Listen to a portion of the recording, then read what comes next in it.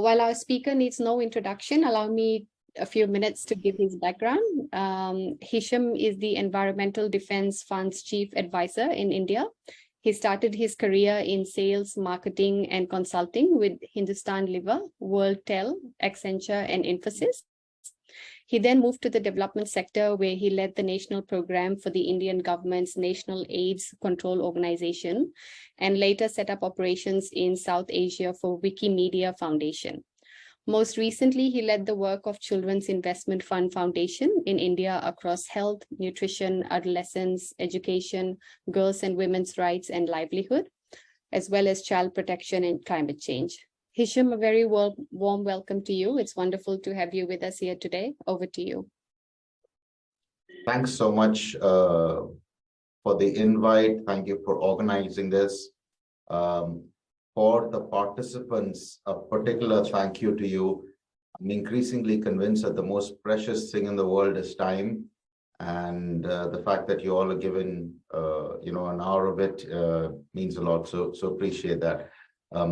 As Vishna just said, there's a formal presentation and then there'll be a Q&A after that. But it's really odd speaking to 35 or so little black boxes with names written on it. So please feel free to keep the chat going. Let's try and keep it as engaging as we have. I have a total of 10 slides. The topic I wanted to address was technology and the potential it holds for addressing climate change. I noticed in the earlier blurbs, there were some of you were writing about what it potentially could mean. The way we look at it is that this is truly the opportunity of the century. Climate change is the crisis of the century, but we have in our hands or within grasp enough and more to give us confidence that says if we do the right things now, you could actually be realizing the opportunity of the century. It's the business opportunity of the century. It's the human progress opportunity as well. Before we begin, I just wanted to set some context about what the vision for our country should be. And the way we look at it is a nation of shared sustainable progress. Let me just pause on each of those words. What does progress entail for us? It's true that, our average income levels are low in the country. It's true that we have, high income inequality, but our aspirations are way beyond poverty alleviation, as they should be. And so that's kind of where we want to get to, but it is of a particular kind. The first kind is the fact that it needs to be shared. This prosperity needs to be shared. Give an illustration, the basics of life like air quality should be accessible to all. The quality of life like air temperature should be manageable by all. The second is on sustainable, and sustainable is of two kinds. The first is that it needs to be environmentally responsible, of course, but if it is not economically viable, it won't happen. And so the essential part is to try and find those solutions or those sets of solutions that make both economic and environmental sense. And we see an Indian pathway that's being built in the country. This pathway is obviously for India, but holds huge potential in vast parts of the world, which are at similar or near enough growth trajectories as in India. Next slide, please. An introduction to who Environmental Defense Fund is. We're a not-for-profit and we are headquartered in the US. Our work is with government and with businesses and with civil society. What we seek to do is provide catalytic support that is based on science, on economics, partnership, and pragmatism. And let me just for a moment pause on the partnership and pragmatism side. If you need to advance the cause of climate change, big complex issues which involve large number of players, not all of whom are completely aligned to everything that you believe and know, you have two choices. One is I won't work with those who don't completely agree with me, or you will find ways of working with anybody who can help advance the cause. And pragmatism is where, in the endeavor for the perfect solution, we end up not doing a number of things that would get us closer there, even if they don't get us there in one shot. And that's, I think, one of the distinctive features of EDF. We are really practical. Our work in India is going to be on 4 areas. One is sustainable livelihoods and agriculture, fisheries, forestry, and livestock. And what does sustainable livelihoods mean? Again, it needs to be environmentally responsible. It needs to be environmentally sustainable. But unless you start thinking about incomes and nutrition, so you need to think about incomes of farmers or fishers.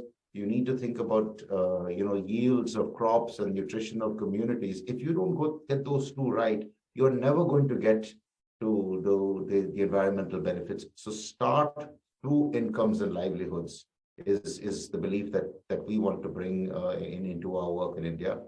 The second is to work with the business sector with the objective or the guiding principle that sustainable shareholder value comes only through responsible business. This isn't, a not-for-profit haranguing a business saying you're bad, you're evil, you've caused X, Y, Z problem, but to say, step back and look at where the world is going.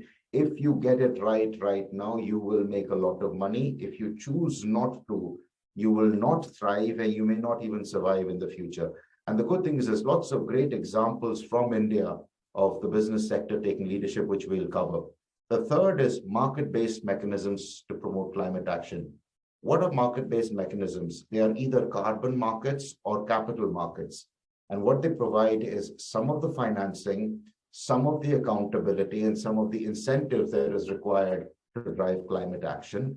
And we'd like to work on both of those areas. And the last one, which is what we want to talk about today, which is climate tech.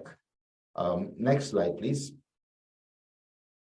Now, if you look at where India is right now and what any reasonable growth projection tells you over the next 10 years, we're going to be doubling our entire economy. We need to double roads, we need to double cement, we need to double steel. Half the buildings that we need haven't been built out yet. So across the board, there is a real risk.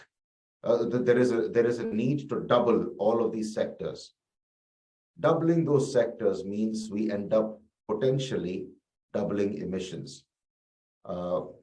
Sometimes folks step back and say, hey, but our per capita emissions are really low. We aren't a historical emitter. Both of those are completely true. But the truth is, as you go forward, the emissions that you double will reflect in 2 places. It will reflect in statistics that tell you average emissions are growing up by so much in India, but it'll also affect in our health and in our environment. And so there is a need for us to think of, do we double the economy or not? We don't have a choice. We have to double the economy. Now, doubling that economy will mean doubling emissions, theoretically. You had made one building, you emitted X. When you make another building, you will emit 2X. Is there a way to say that the second half of the economy that we need to build out, can we build that green? Can we retrofit the current economy to become greener? And if you look at India's push on renewables, a target of having 50% of all of energy generated in the country's renewables by 2030 is incredibly ambitious. It's also an area where there's been a huge amount of progress that's been made in the country. And half of India's top companies are either at or well on their way to 50% of energy from renewable sources. So that's a great marker of for optimism. The second is there's lots of little examples and big examples across the industry that tell you that there is already a lot of climate action happening in India. India's cement is considered the greenest in the world for two or three reasons. One is that 85% of India's cement, the raw material, the basic raw material is fly ash. Fly ash is a waste product from thermal power plants. So there's a circular economy component that drives that. The second is that more than half of the cement is produced using renewable energy. So there's a third element, and there's a third energy efficiency element where the amount of energy that we use per ton of cement is significantly lower than most major economies. Now, why have cement companies done this? For two reasons. One is for sure concerns about the environment and sustainability, but the second is it improves bottom lines. And that is where, we think that there is a huge opportunity for the country. The third thing to just keep in mind is that technology and business models are going to need to be radically overhauled to get us to these energy, to get us to this promised land that I'm describing. I'll give you a statistic. Only 18% of the energy used by industry comes from electricity. That is to say, about 80% of it is coming through fossil fuels. That 18% needs to virtually double because it's through the generation of power, through renewables, etc., that you're going to have more economic activity at lower emissions rates. The example that the cement sector gives us is that there's a green, people talk about the green premium. The green premium is basically where if you have a new technology and oftentimes it comes at a particular price point, over a period of time, that price reduces either through technology improvements or through volumes. So that's what's called the green premium, and they often say that we need to bring the green premium down, etc., which we need to do in many areas. But in areas like the cement sector, which I'm illustrating, there is a green bonus. If you move early, you will grab that bonus. If you move late, that bonus is gone for you. And I speak about cement, but there's many other sectors. The lowly, LED bulb is a fantastic example of it. For decades, we had those incandescent bulbs, and suddenly a number of things happened, and we now have, a probably 12,000 crore industry, which is LED bulbs in the country. So there is lots of examples that we can take inspiration from and learn from. Next slide, please. So we said that technology is going to be needed to decouple this growth. What are the barriers to greater climate tech happening in India? It starts outside of the climate world. It starts in just basic research and development. India spends far too little on research and development compared to any other major economy.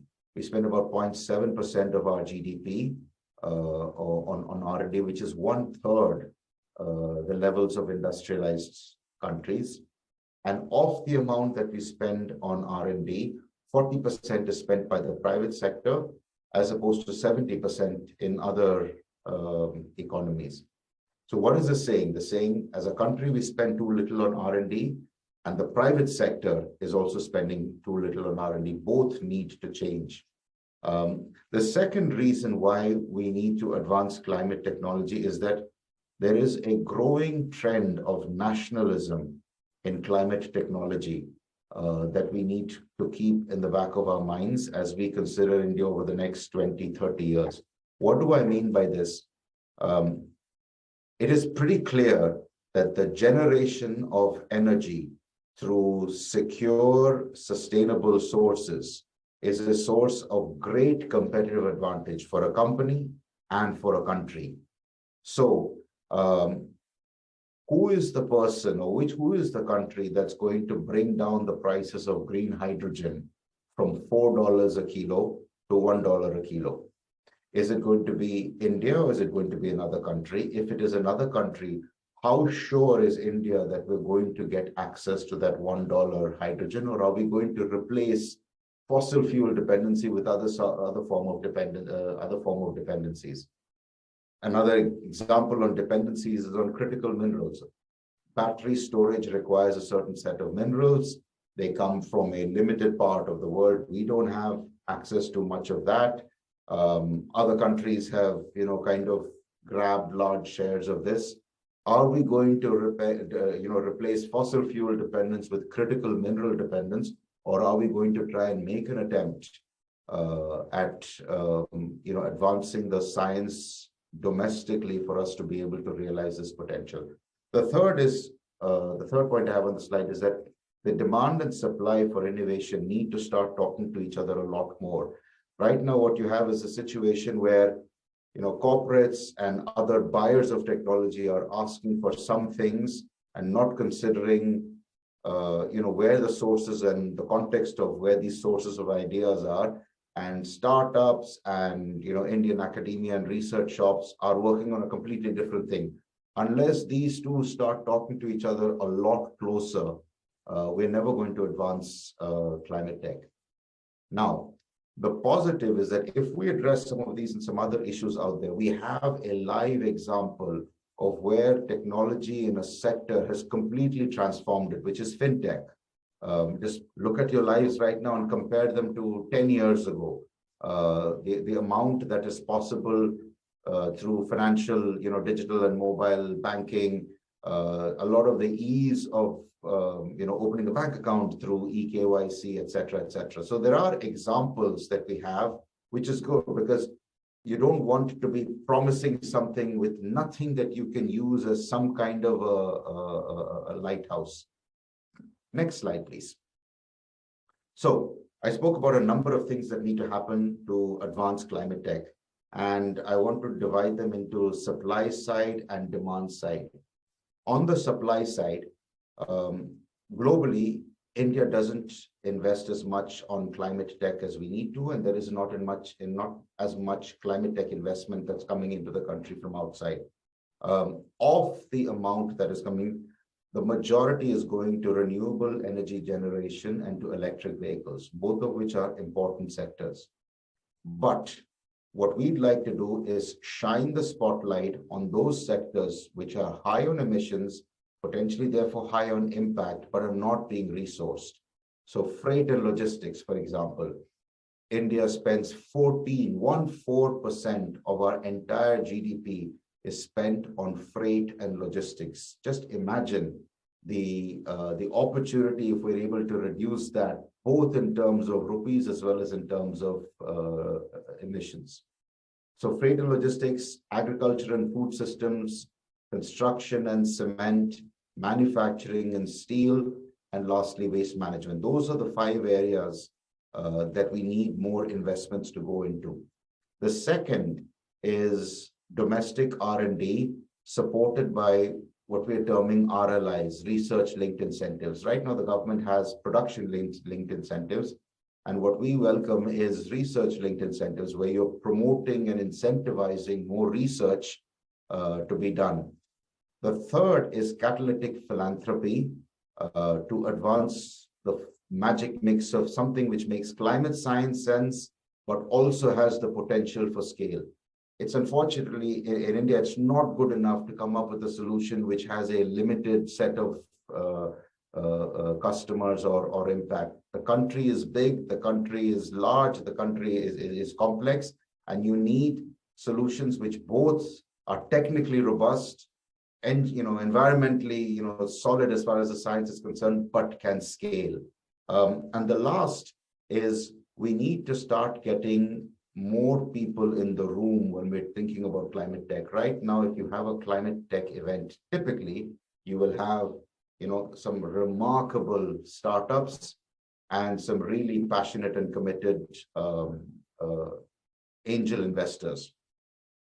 What we're going to need is you need other folks to come into the room. For example, generalist investor firms. You need mainstream corporates to come in. Why do you need them to come in? Because they are the ones who can pay the big checks, right? Startups are remarkable and need to be encouraged, but transformational scientific breakthroughs are not going to come through a $500,000 investment. It needs a lot more resources, which only these folks can actually bring in. On the demand side, there are four things that need to happen. One is we need aggregation of demand. If there's a new technology and lots of individual buyers are out there, chances are it's difficult to understand the technology. It's difficult to get to understand what the price should be for that technology. It's difficult to negotiate a good price. So one of the things that the government did, for example, on LED bulbs was aggregate demand across several buyers. They're doing that on electric vehicles. We're beginning to see signs of state transport corporations doing that on electric buses. And you need that kind of aggregation of demand, because then that makes it attractive to the technology innovators and the research shops. The second is regulatory and market forces, as well as consumer forces to kick in. What does this mean? This means that, you know, a lot of the change that is going to be driven by customers asking for it, by employees demanding it internally, and by regulators forcing it. So a regulatory change in Europe around certain requirements for textiles will need to be addressed by Indian textile industry. Otherwise, you're suddenly going to find yourself either uncompetitive or incapable of operating in those countries. Part of the requirements that are going to start coming globally is, you know, don't just give me, you know, your cost and your weight when you're sending me invoice of your goods, give me your emissions. It's really hard to do, but we're going to have to find a way of measuring it, because otherwise they're not going to be able to buy it from us in Europe. The third is efficiency standards. The automotive sector is a fantastic example of this. You know, you have BS1, BS2, BS3, BS4, and every time a new standard comes in, the first challenge that people have is that, you know, is it going to make the sector uncompetitive? Is it going to not allow the sector to operate as profitably as before? But business finds a way of, you know, addressing that opportunity. And the last is the cost of energy. Every time, you know, you go to a petrol pump, or every time a CFO reads her or his, you know, financial statements and looks at the amount of you know, rupees that are going into energy, is an incentive to say, let me go and find better, cheaper, smarter technology to run my operations. Next slide, please.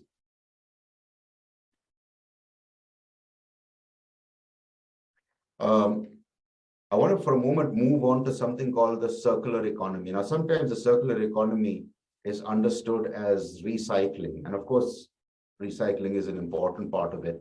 But the circular economy represents a radical new way of sustainable consumption and production. So there's recycling for sure. There's refuse, which is, I don't need something. There's reduction. I don't need 4 cars. There's reuse. Can I extend the life of something? Can I start repairing it? Can I start refurbishing it? Can I start repurposing? All of this does one thing. It addresses efficiency gaps in an economy or a country, or in a corporate supply chain or manufacturing operation. On the headline I've written, it can unlock thousands of crores of value. I haven't actually put the thousands of crores, because any report that you read tells you, you know, all sorts of really big numbers. So we're just keeping it as thousands of crores. There's lots of money that can be saved and generated through circular economy. It also has, and Rawson, agree with you on the composting wherever possible, it also has a component of reducing risk. What do I mean? If I'm able to get back raw material from my own chain, you know, I made a product, it went to my customers, they ended, you know, they used it till the end of its life, and then I'm able to bring it back.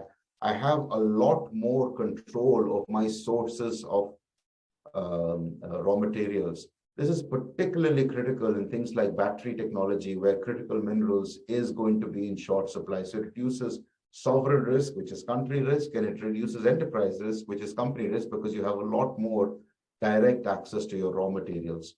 And the third is on circularity. You know, I spoke about the European Union, their requirements on the textile sector, and I'm sure there will be requirements on other sectors, is going to drive a lot of change And the sooner we are ahead of the curve, the better it is all around. You all might have heard about the government's new initiative around life. While it's not intended as a global model, what I believe is that it represents a radically new consumption model that is applicable in India, but just as relevant in other parts of the world. All of this is going to require technology interventions at every stage. I'll give you an example.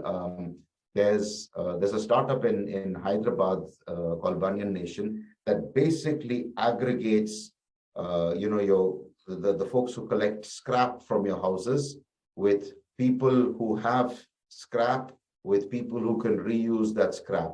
It's a technology backbone that brings all of these constituents together. And what it also does is it improves the livelihoods and incomes of the frontline people who are coming and collecting that scrap to begin with. Next slide, please. Let's talk about transport and the point about 14% of our GDP being spent compared to 8% for emerging economies.